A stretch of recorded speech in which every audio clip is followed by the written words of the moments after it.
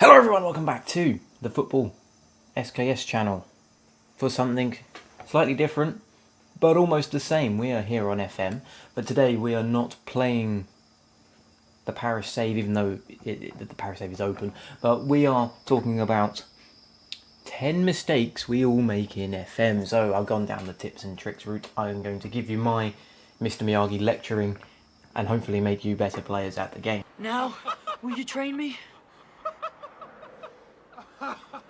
Going down all the way in number 10, we're going to be talking about loans and how you do them wrong.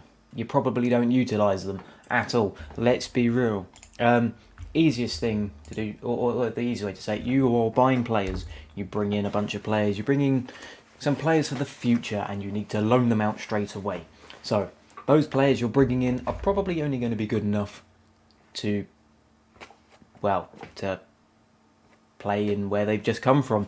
So what do? You can always put in a clause to let them go back. A loan back clause. Or if you are struggling to get players out on loan and they're not, just no clubs are biting, then you can do a few things. First thing is,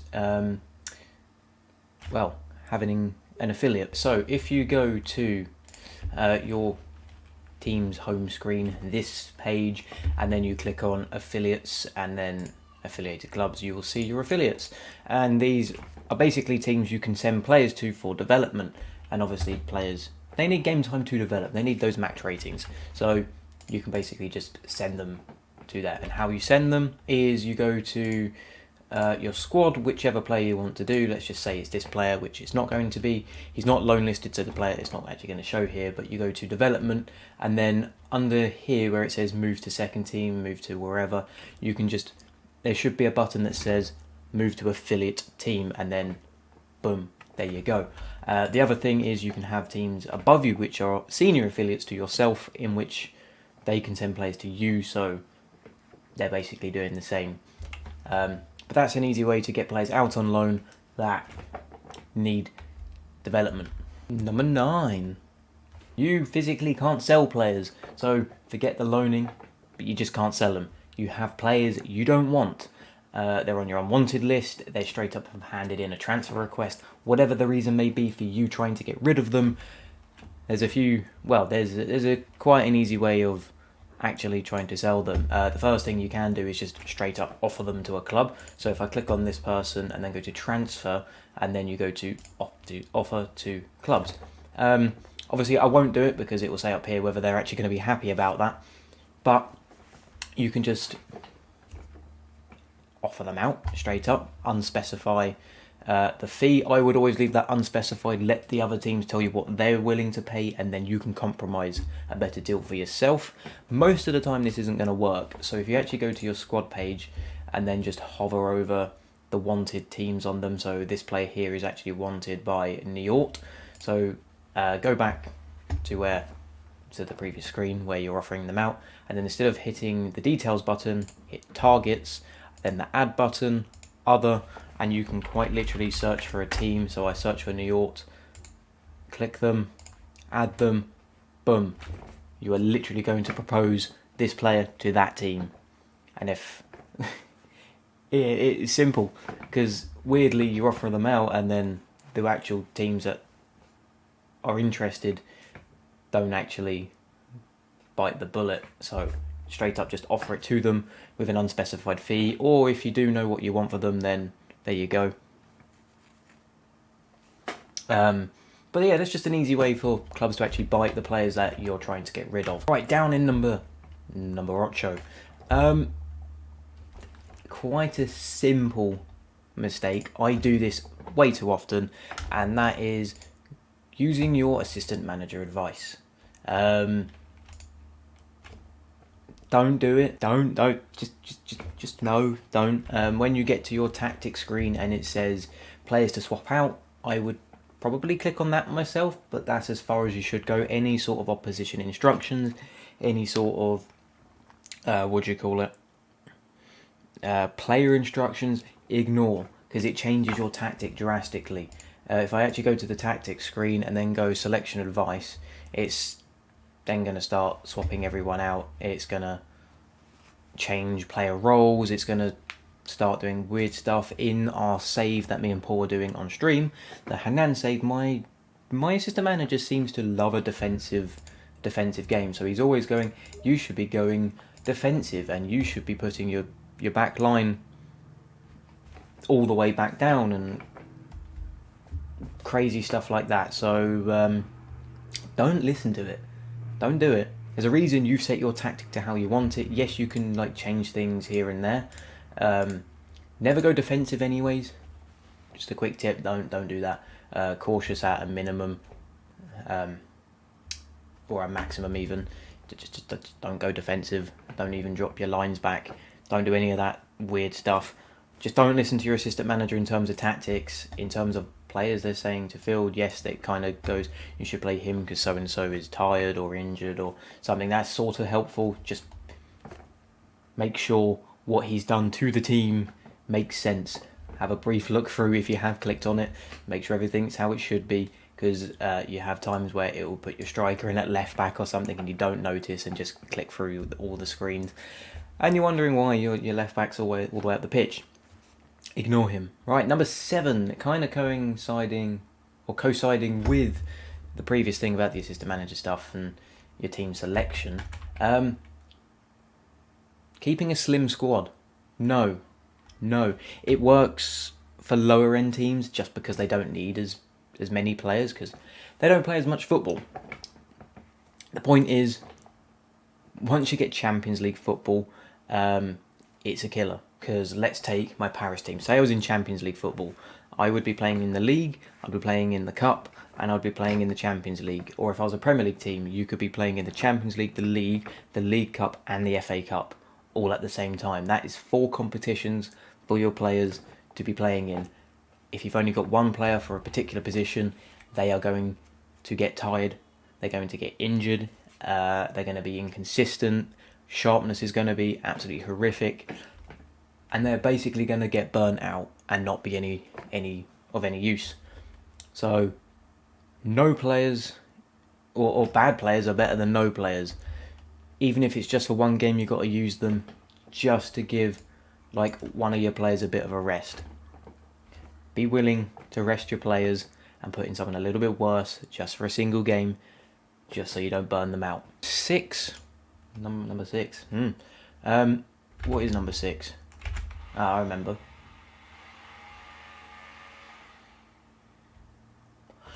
Why is there a man drooling? Shut up. Changing your tactic way too often. Just persist with your tactic. If it doesn't work, it's probably not the tactic's fault. Most of the time it's down to a lot of other factors, i.e. squad morale, how much the players rate you, your actual player roles, just in general. Obviously little tweaks here and there to the tactic is never going to hurt. So if I am playing PSG, yes, I might go a little bit more defensive, play for a draw, but at the same time, you don't need to go, right, that's it, completely change 5 at the back, considering you've been playing a 4-2-3-1 all season. Makes no sense at all. Don't let your results scare you into changing your tactic, is what I'm trying to say. Persist with it. Keep the familiarity high. Keep that high. If it's low, they're going to get confused very, very quickly. Just write it out, and it will be obvious when you need to change it. Let's put it like that. Say you go on a 30-game streak and you completely lost everything. Yes, you should probably change your tactic. At that point, it probably is down to tactical incompetence, if you want to put it like that. But at the same time, look at everything else as well. If you've just been promoted and you're predicted to go back down and you are in the relegation zone, you're predicted to be down that low. It's, again, probably not your tactic. If you're overachieving, then you know it's working.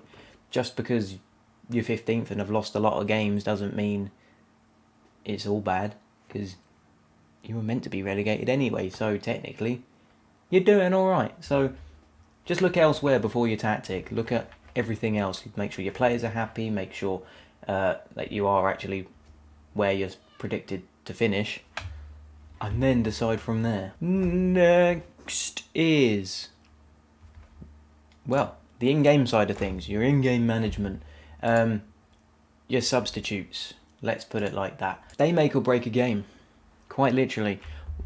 You need to know when to bring on players and who to bring on at the right time. And most of the time that is fairly obvious because, your players tire throughout the match. If you've got tired legs, take them off. Because you don't want to burn them out. Give them a bit of a rest. If it's for the last 15 minutes, the last 10 minutes, the last 20, whatever. Let them rest, bring on another player. It will make a difference. And then the same thing as poor performers, you would probably take your poor performers off, but then again, you've only got 3 subs, so choose wisely. And then on top of all of that, how the game's actually been going. You're winning 1-0, you'd probably bring on a defender just to hold out the win in the 80th minute. You're losing 1-0, you'd probably bring on an extra attacker. Things like that. It is simple. Just think logically, does it make sense to bring this player on at this time? If the answer's yes, then bring him on. If the answer's no, forget about it, leave it as it is. You'll know which players you need to bring on, because only you know your team. I can't say, yes, you want to bring on an attacker at this particular minute because your result is this. There's just way too many variables. Way too many. I believe we're on number 4 now. That's pretty good, isn't it? Well, I do this one way too much, but breaking promises. Don't overpromise. Where do you see your promises? If you go to your manager screen, then you just hit the promises button up here in the top left, and normally it will just list all of the promises that you've made to all of your players and staff. Obviously, I haven't got any at the moment, which is top stuff because I break them too easy. Most of the time, it's down to game time. It's down to whether you're offering them a new contract. That sort of things will come up as promises, or finalising a transfer for someone, finding a new club for someone, loaning them, whatever. Just make sure if you make a promise, fulfill the promise, because if you don't, they'll come back to you and then you just back down and say, oh, sorry, my fault, I'll make it right. Most of the time you don't, and then they get angry. And if they're a team leader, then it brings the rest of the squad down, because if we go to dynamics and we go to the hierarchy, if you start pissing off any player in the team leaders, that's going to start just working its way down, and then people will be like, oh, if they're sad, I'll be sad. All because you're not playing them enough, or you've promised to play them enough. Don't promise something you can't keep. It's as simple as that. Number 3, don't trust the star rating system. To an extent. Let's go to my squad and pick a random player. Let's go to Rodrigo Rego. Now, there is 2 star abilities. There is the current, and then there's the potential. The potential you can listen to. That's fine. You know this player is going to be good in the future because he has 4 to 5 stars of potential. That is fine. You can listen to that. The current does not matter at all. Look at their stats instead. You look at their stats and go, that's a good player for the position and role he's playing in. The stats. Remember that, the stats. Don't just go, oh, he's 4 stars, he's good, or he's 5 stars, he's good. That is comparative to your team and the players you have in your team. So, let's say I get, Jude Bellingham in my team. Just as an example, yes, he's going to be 5 stars because he is much better than everyone else. And because we got that sort of caliber of player in there, everyone else's current ability compared to his is like a quarter of that, a fraction of that. And then this player might become, say, a 2.5 star. And it does it based on like an average as far as I'm aware. So say if I have Jude Bellingham, Gravenberch, Messi and Ronaldo in the team, all the players I've currently got would probably drop a whole star to 2 stars in current ability. And their potential compared to theirs will not be as good. Because potential is on a scale from 0 to 200. Whereas, say, what's his face? Mbappe has like 200 potential. Whereas this player might only have like 160 max potential. For my team, that's a superb rating, hence the fact he's, say, 3.5 now, 5 in the future. Whereas we all know he's not going to be Mbappe level. So just don't trust it. Go by the stats. Look with your eyes. You see the stats look good. You know he's a good player.